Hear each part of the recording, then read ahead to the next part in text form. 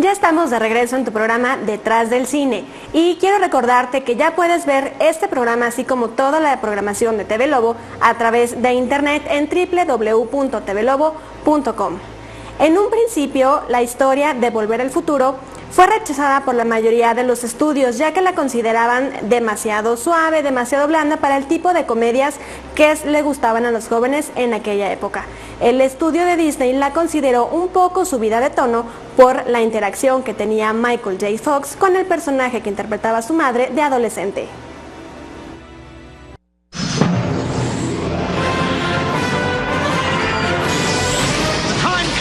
Has been disrupted, creating an alternate 1985. Whoa, this is heavy.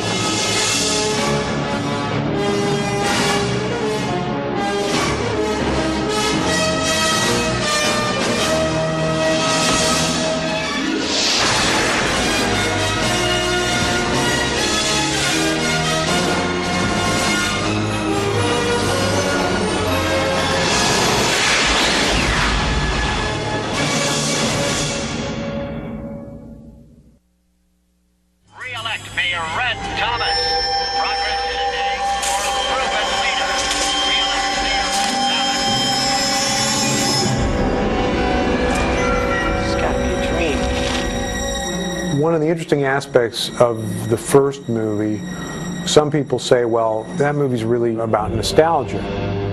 Well, it depends on how old you are. Bob and I came to the conclusion that if you took a kid from the 80s and you stuck him in the 50s, he wouldn't like it at all. He wouldn't understand it. He wouldn't understand why there were things that he couldn't do, things that were unavailable to him at the time, and he'd want to get out of there. Give me a Pepsi free. You want a Pepsi, pal? You're going to pay for it. So he'd have a problem with it, whereas people that actually lived at the time would look at this and say, oh, isn't this wonderful to see all this stuff again? So we had the wonderful experience of sitting in an audience and hearing young people laugh at certain things and hearing older people laugh at different things because of what they were responding to. All right, this is an oldie. But, well, it's an oldie where I come from. I played guitar as a teenager. I played in bands from when I was about 14 years old, so I was never gifted, but I knew my way around Johnny B. Good and my way around the basic scales. So I read the script. It was like, yeah, okay, I can do that, I can do that, I can do that. They had already pre-recorded the music, so I took that, and I had a teacher named Paul Hansen, who was an amazing guy, and a really talented musician and a great teacher, really patient. We broke down what had been pre-recorded because it was important to me to be able to finger sync it and to just play it note for note so that when someone watched it, they would think Marty was playing it. So in order to do that, the best way was to learn how to play it note for note, and so I did that, and that was great. And then I hooked up with the choreographer, and we were talking about this concept because Bob wanted it to be really active. So we were trying to think of ways to come up with movement, and we flashed on this idea, because I was a big guitar fan and had all these heroes, these guitar heroes, of kind of doing a little bit of each one, a little bit of Pete Townsend, a little bit of Jimi Hendrix, a little bit of Eric Clapton, and obviously a lot of Chuck Berry, and put that into the sequence and give it a kind of a build. So you got the windmill, and you got the knee slide, and you got the the Jimi Hendrix thing like this, and that was a lot of fun to work out. We took about 2 weeks working that out.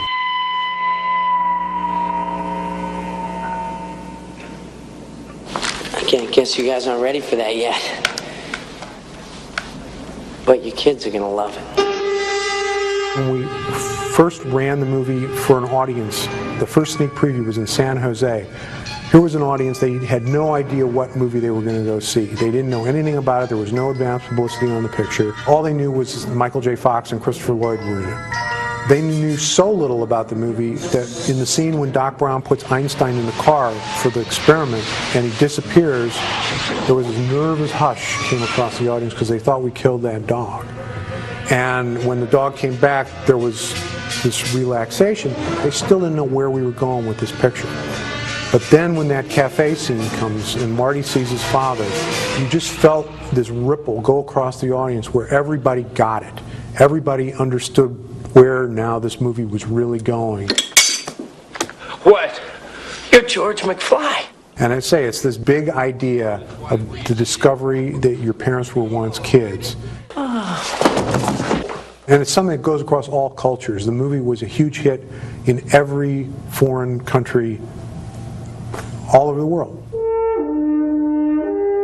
Bob and I, this was the third picture that we had collaborated on, and we'd had wonderful previews on all our films. Our first two films, which weren't successful at the box office, had tremendous previews. So I got very nervous once the previews were good, because I knew I had this movie that I knew that the world would really enjoy seeing, and yet as a filmmaker, that's the thing that is very much out of your control. And the decisions that we made 18 months earlier, making a movie about time travel, making a movie with Michael J. Fox and Christopher Lloyd, all those things that would make someone want to go see the movie, those decisions now were coming to either work for us or haunt us, either way, and luckily in our case they all worked.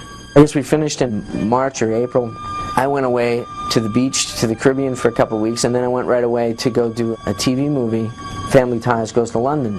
So I'm in England, and I just get a phone call from my agents saying, this is the biggest movie in America. It will soon be the biggest movie in the world. And I didn't even know what that meant. I thought, oh, that's nice. They said, no, you don't understand. This is huge. This is massive. I was like, oh, yeah, cool, great, good. You know, I'll do better next time. I'll try to do a better job. And then I came back to the States, and at that point I was fairly well known from television, but it just was a whole different thing. All of a sudden I had people camping out in my yard, and it was different.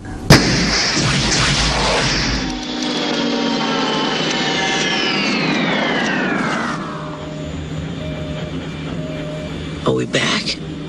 The sequel actually was a long time coming. I guess it was 5 years between the time we did Back to the Future and said about doing 2 and 3. Once we saw the response to the movie, it was a foregone conclusion it was going to happen.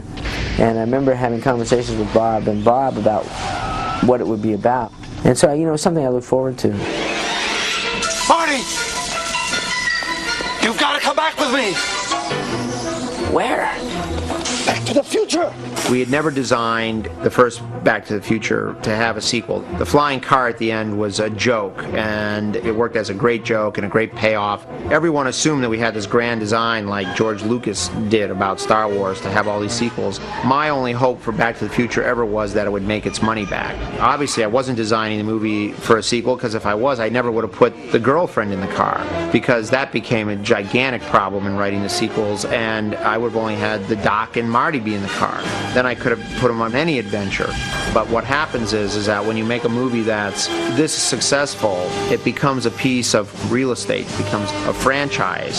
And the reality comes at you very quickly, which is we're making a sequel, and you guys can either help us or not, but the sequel is going to be made. What the hell is going on here? When the studio said we'd like to make a sequel, are you guys up for that? We said, okay, in order for us to make a sequel, we need to have Michael J. Fox and Christopher Lloyd commit to it. As long as we know that we would have those guys in the movie, yes, we will make a sequel. So Sid and Sheinberg immediately got to work and made deals with Michael J. Fox and Christopher Lloyd, and it was easy. They said, hey, Bob and Bob are doing it, fine, we're in. And then Bob and I said, all right, why do people want to go to a sequel? They want to go to a sequel to see the characters that they fell in love with in the first one. So let's see how many characters from the first movie we can get back and be able to deal with in the sequel. Leah Thompson said yes, absolutely. Bob and Bob, no question. Tom Wilson said absolutely. Crispin Glover, a little different story. Crispin decided that he wanted all kinds of things that were way out of line for an actor at this point in his career. And the agent called me up to tell me this, because as a producer I was doing the preliminary negotiations. And I said to her, look, please go back to your client, tell him that Bob and I want him in the movie, everybody else wants to be in the movie, and come back to me with a reasonable offer. And if I don't hear from you in 2 weeks, I'm just going to assume that you're not interested. 2 weeks goes by and she calls me back and says he's not going to budge on this deal. So we said, okay, fine, we'll make the movie without him. And this is the great power that you have as a writer. If somebody can't do the movie, you write them out. So this whole idea of this alternate 1985 in which George McFly is a tombstone, really came about because we knew that we had Leah Thompson, we had Tom Wilson, we didn't have Crispin Glover. So how do we write them out? Let's create this weird world where George McFly is dead. And that's how the creative juices got flowing on that. Now the first version of the script that I wrote, and I wrote this pretty much on my own because Bob was off making Roger Rabbit, the third act of the movie, rather than going back into 1955, took Marty to 1967. Biff ended up with a sports almanac in 1967 because I thought it would be cool to do the 60s. We did the 50s in the first one. Let's do the 60s. Let's do student protests. George McFly would have been a college professor and Lorraine is a flower child or something. Let's do this stuff in the 60s and see what we can do with it. So I wrote this script that took place in the 60s in the third act. And so Bob and I, we searched our souls for quite a long time, and then it dawned on us that we were in a situation that was very unique because we had the opportunity to do a sequel to a movie that's about time travel and time paradox. So in fact, we could do something that you could never do under any other circumstance, which is to go into the first movie in the second movie from a different angle. That excited me. And that's why I think Back to the Future 2 is one of my most interesting movies and one of my favorite, and it's certainly the strangest movie I've made.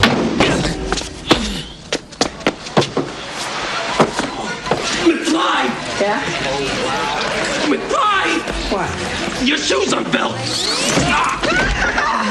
When I was doing Roger Rabbit, and I knew that I was going to be doing the sequel, and I knew we were going to be involved in all these different multiple characters, and I said, you know, what we really need to do is we really need to come up with a system where I can do these splits, where I can put two actors in the same frame and be able to move the camera. So we were able to commission ILM to build what has become known as the VistaGlide camera, which was a robotic motion control camera dolly system, and it worked great. Oh boy, Mom, you sure can hydrate a pizza. Doing part two was more difficult than the first one. One of the things being the sequence where I played myself older. Oh, yeah, great, Mom. We're more like a couple of teenagers. I played my son. I played my daughter. Dad, it's for you. And the technology then was really advanced at the time. We were doing things that had never been done, but I think by today's standards, they'd be very kind of quaint. The Back to the Futures were done before digital anything. Everything in the two Back to the Future sequels was done optically. So when we do a scene with Michael Fox playing three different characters, he's got 4 or 5 hours of makeup to change each character, and once you set the camera in position, you have to glue everything down in the set and can't be touched. And some of these scenes were so elaborate and Michael's makeup was so long that we had to do them over a series of 2 days, and one time there was a tremor, an earthquake tremor, and we were concerned that everything might have moved in the set, but it turned out that we were okay. It was just a little one. We didn't have to reshoot anything. All right, Doc, what's going on, huh? Where are we? When are we? We're descending toward Hill Valley, California on Wednesday, October 21st, 2015. 2015? You mean we're in the future? I never really ever wanted to go to the future in the Back to the Future movies because I don't like seeing the future in any movie, because the only kind of future that the audience actually accepts is an Orwellian dark future. So the problem with doing movies in the future is that you always are wrong. You underestimate it. You can't be right. Even Stanley Kubrick has always mispredicted the future in his movies. So what we did is we just decided to figure out a way to make it all into jokes. Shark still looks fake. But we had this idea that we wanted to keep the future as a nice place, a decent place, that if there was anything ever going to be wrong with the future, it was going to be because of who's living in the future as opposed to the technology.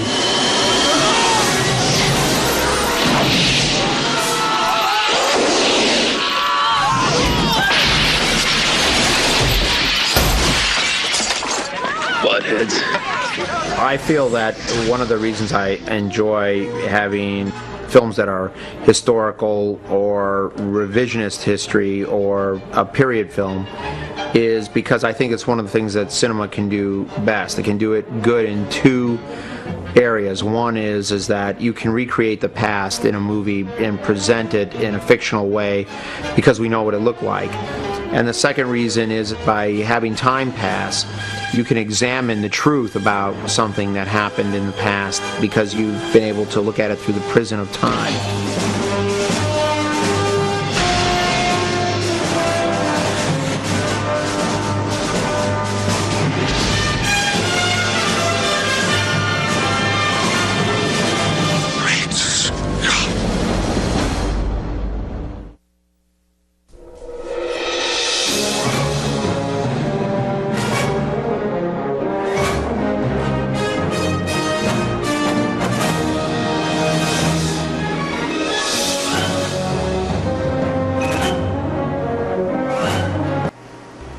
Tras su estreno, Volver al Futuro se convirtió en una de las películas más taquilleras de su historia, logrando un total de $380 millones alrededor de todo el mundo y obteniendo críticas, la mayoría positivas, de esta película. Fue este éxito el que la llevó a tener una segunda parte y después una tercera. Es así como nosotros llegamos al final de tu programa Detrás del Cine. Mi nombre es Wendy Alvarado y yo te invito a que sintonices TV Lobo el próximo sábado a las 11 de la mañana porque tengo más de Detrás del Cine.